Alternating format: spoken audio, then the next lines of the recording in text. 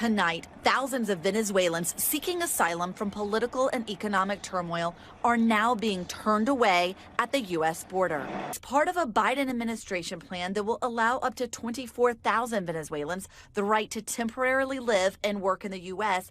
if they can find an American sponsor. If they can find an American sponsor. This year, nearly 8 million Venezuelans have left their country to migrate north, reaching the U.S. in record numbers. Venezuelans now the fastest growing nationality of new arrivals. Hello, darkness, my old friend.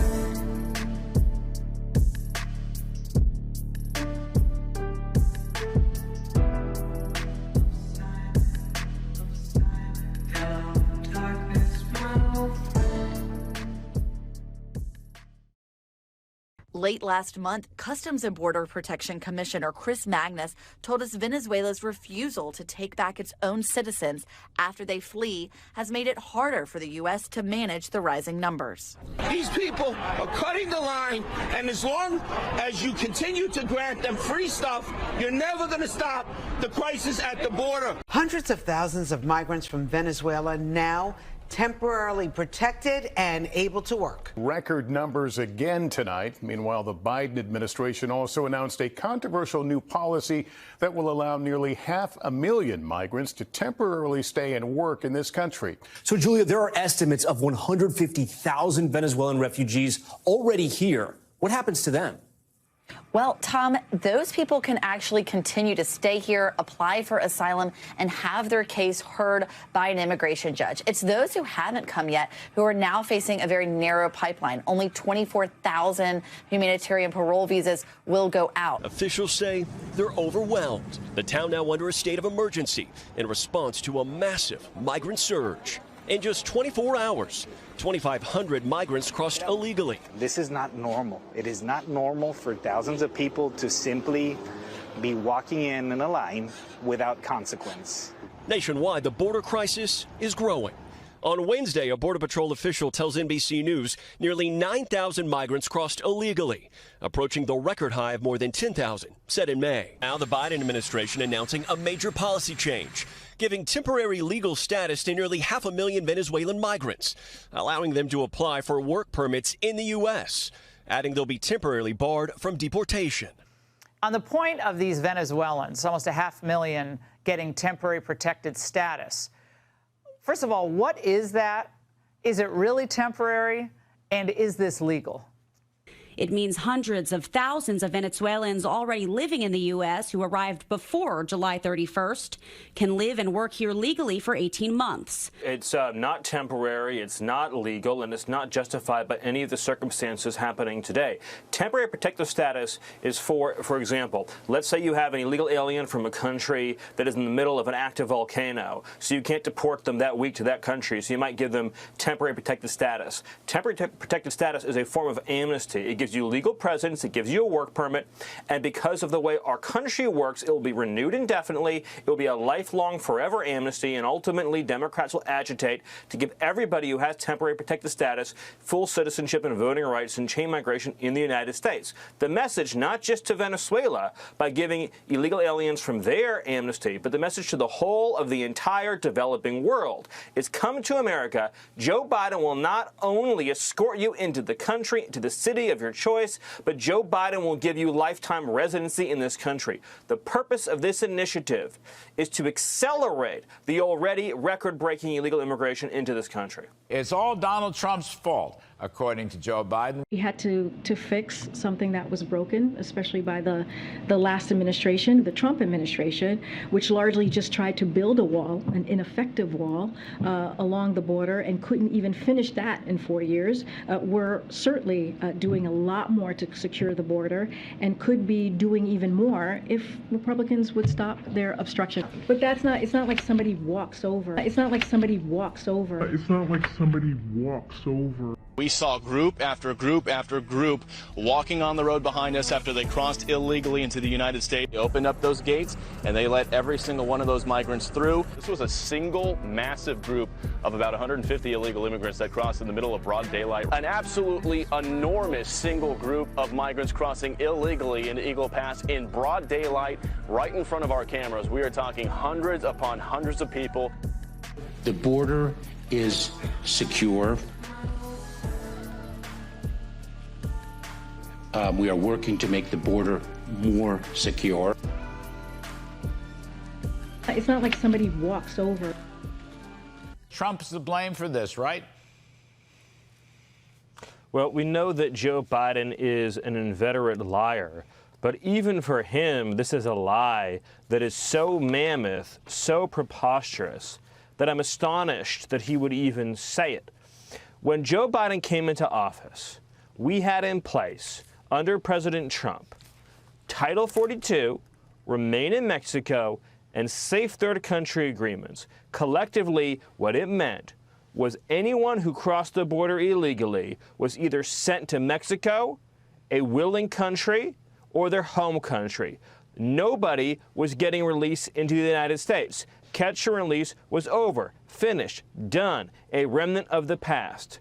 He single-handedly and purposefully dismantled every single policy that we had in place at the border and in the interior, and implemented the catch and release scheme that has led to the largest tidal wave of illegal immigration in human history. They are now averaging 10,000 apprehensions a day, and on top of that, thousands more gotaways. Joe Biden has converted CBP and ICE into a resettlement operation. Their job is to find illegal immigrants and resettle them in all 50 American states. Isn't there some risk, though, that voters might feel like they're being lied to? So again, it is a broken system, the immigration system.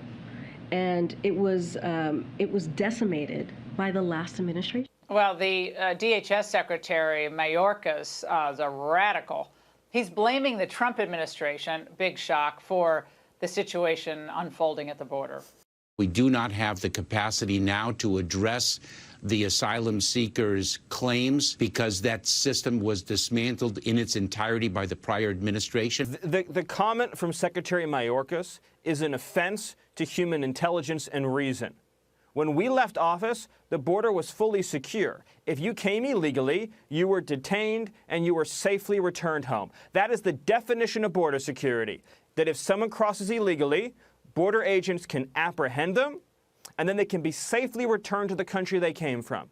We had that system in place because we had deals with Mexico, we had deals with Central America, we reformed our asylum regulations, we reformed our intake procedures, we expedited return flights home, we had charter flights leaving every single day to have a safe, secure, humane border. Congressman, the president's blaming your party. What's your response? Well, that's typical of the president. He doesn't take responsibility for any of the harm that he's doing. That's literally destroying the country. And top of the heap there is what he's doing at the border. I would submit that never in the history of the country has our own president done more to intentionally harm the United States than what this president has done with the border, with some 7 million illegals who've been invaded our country with the help of this president.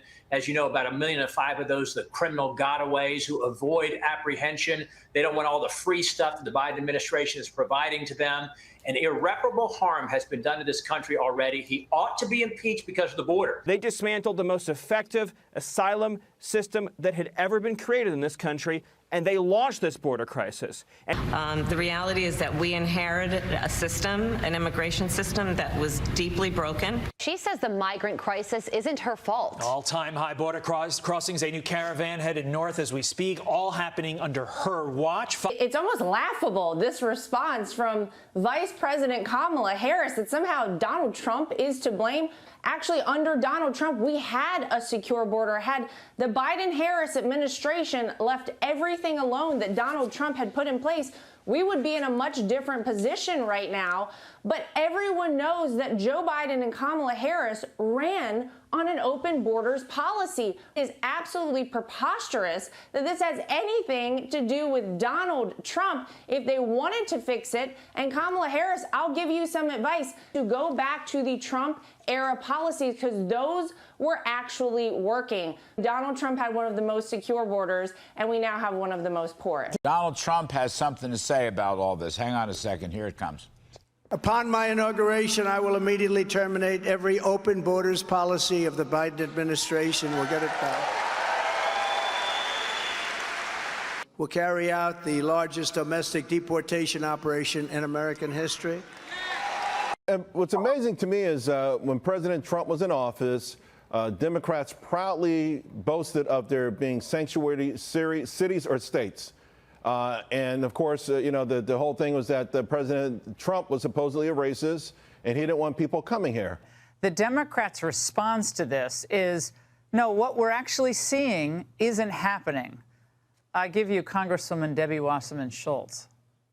Do I think the border is out of control? No, I think there's a pretty orderly process that people go through to be processed at the border when they're seeking asylum. What you see is different than what happens in actuality. So if someone is picked up at the border, obviously that begs the question that they're not streaming across the border and escaping into our country. You know, Laura, that's a blatant lie to the American people. We know for a fact their process right now, their strategy is inhumane. When you have thousands that are streaming across our border, crossing a river, having children cross a river, just yesterday alone, Laura, we recovered a 3-year-old little boy from the river who drowned. A week before that, a 10-year-old that drowned in the same area in Eagle Pass. How can they say that's humane? Their process right now, their strategy, the administration has completely created a disaster at our border. That's why we continue to see these thousands of illegal immigrants coming across our border. And there's no stopping it right now, Laura. These are the same folks that said, come on, read the bottom of the Statue of Liberty.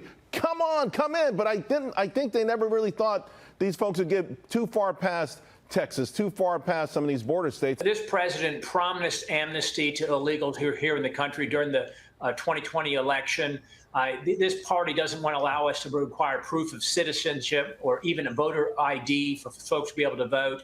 And now, as you said, their blue cities, their blue states are being overrun. We knew the Democrats were liars and hypocrites. They couldn't get them out of Martha's Vineyard quick enough. Texas Governor Greg Abbott posting this video, writing, Texas installed razor wire in Eagle Pass to stop illegal crossings. Today, the Biden administration cut that wire, opening the floodgates.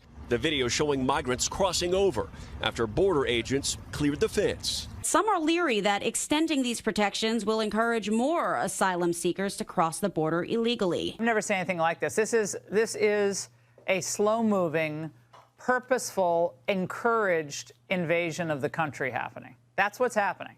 And it all falls on poor leadership. That's why we need strong leadership. We saw that prior to 2021. We did not experience what we're experiencing now at the border. We have thousands that are coming across. You have criminals that are coming across, suspected terrorists, armed gunmen, cartel gunmen that are coming across our borders unimpeded. The border was secured prior to 2021. It's in complete disarray right now, and we need strong leadership back so we can take our border back and secure it. This is a human, financial, cultural catastrophe, and I would say national security and safety catastrophe for this country. And they want more of it. Why? That 500,000, Laura, that's half the population of Montana, in the blink of an eye, are now on a road to American citizenship. And they also just announced they're going to be giving TPS to Afghanistan, temporary protected status. This is opening Pandora's box, saying that we have a categorical policy in this country of, again, not only admitting you, not only using Border Patrol to bring you to the city of your choice, but we will regularize you. We will make you permanent in this country. What is the objective, you ask? I think it's quite clear. They do not believe that their agenda and their results, their San Francisco policies, are sellable to the American people, to American citizens. So at the end of the day, they want to change the power structure in this country because they believe that poor workers from the developing world, brought in large numbers, who will not be in the middle class, who will not be able to pay their own way, will become dependent on the Democratic Party machine for health care, for education, and for sustenance. So they believe those numbers bring them more power. And that's what this is. It's fundamentally an attack on democracy. Every time we pull up, all you're gonna see is American flags. American flags. American flags. And every time we pull up, all you're gonna see is American flags. We're having a lot of problems with Democrats. They don't want to vote for anything. They don't care about lack of security. They really would like to have open borders where anybody in the world can just flow in, including from the Middle East, from anybody, anywhere. They can just flow into our country. Tremendous problems with that, tremendous crime caused by that. We're just not going to do it.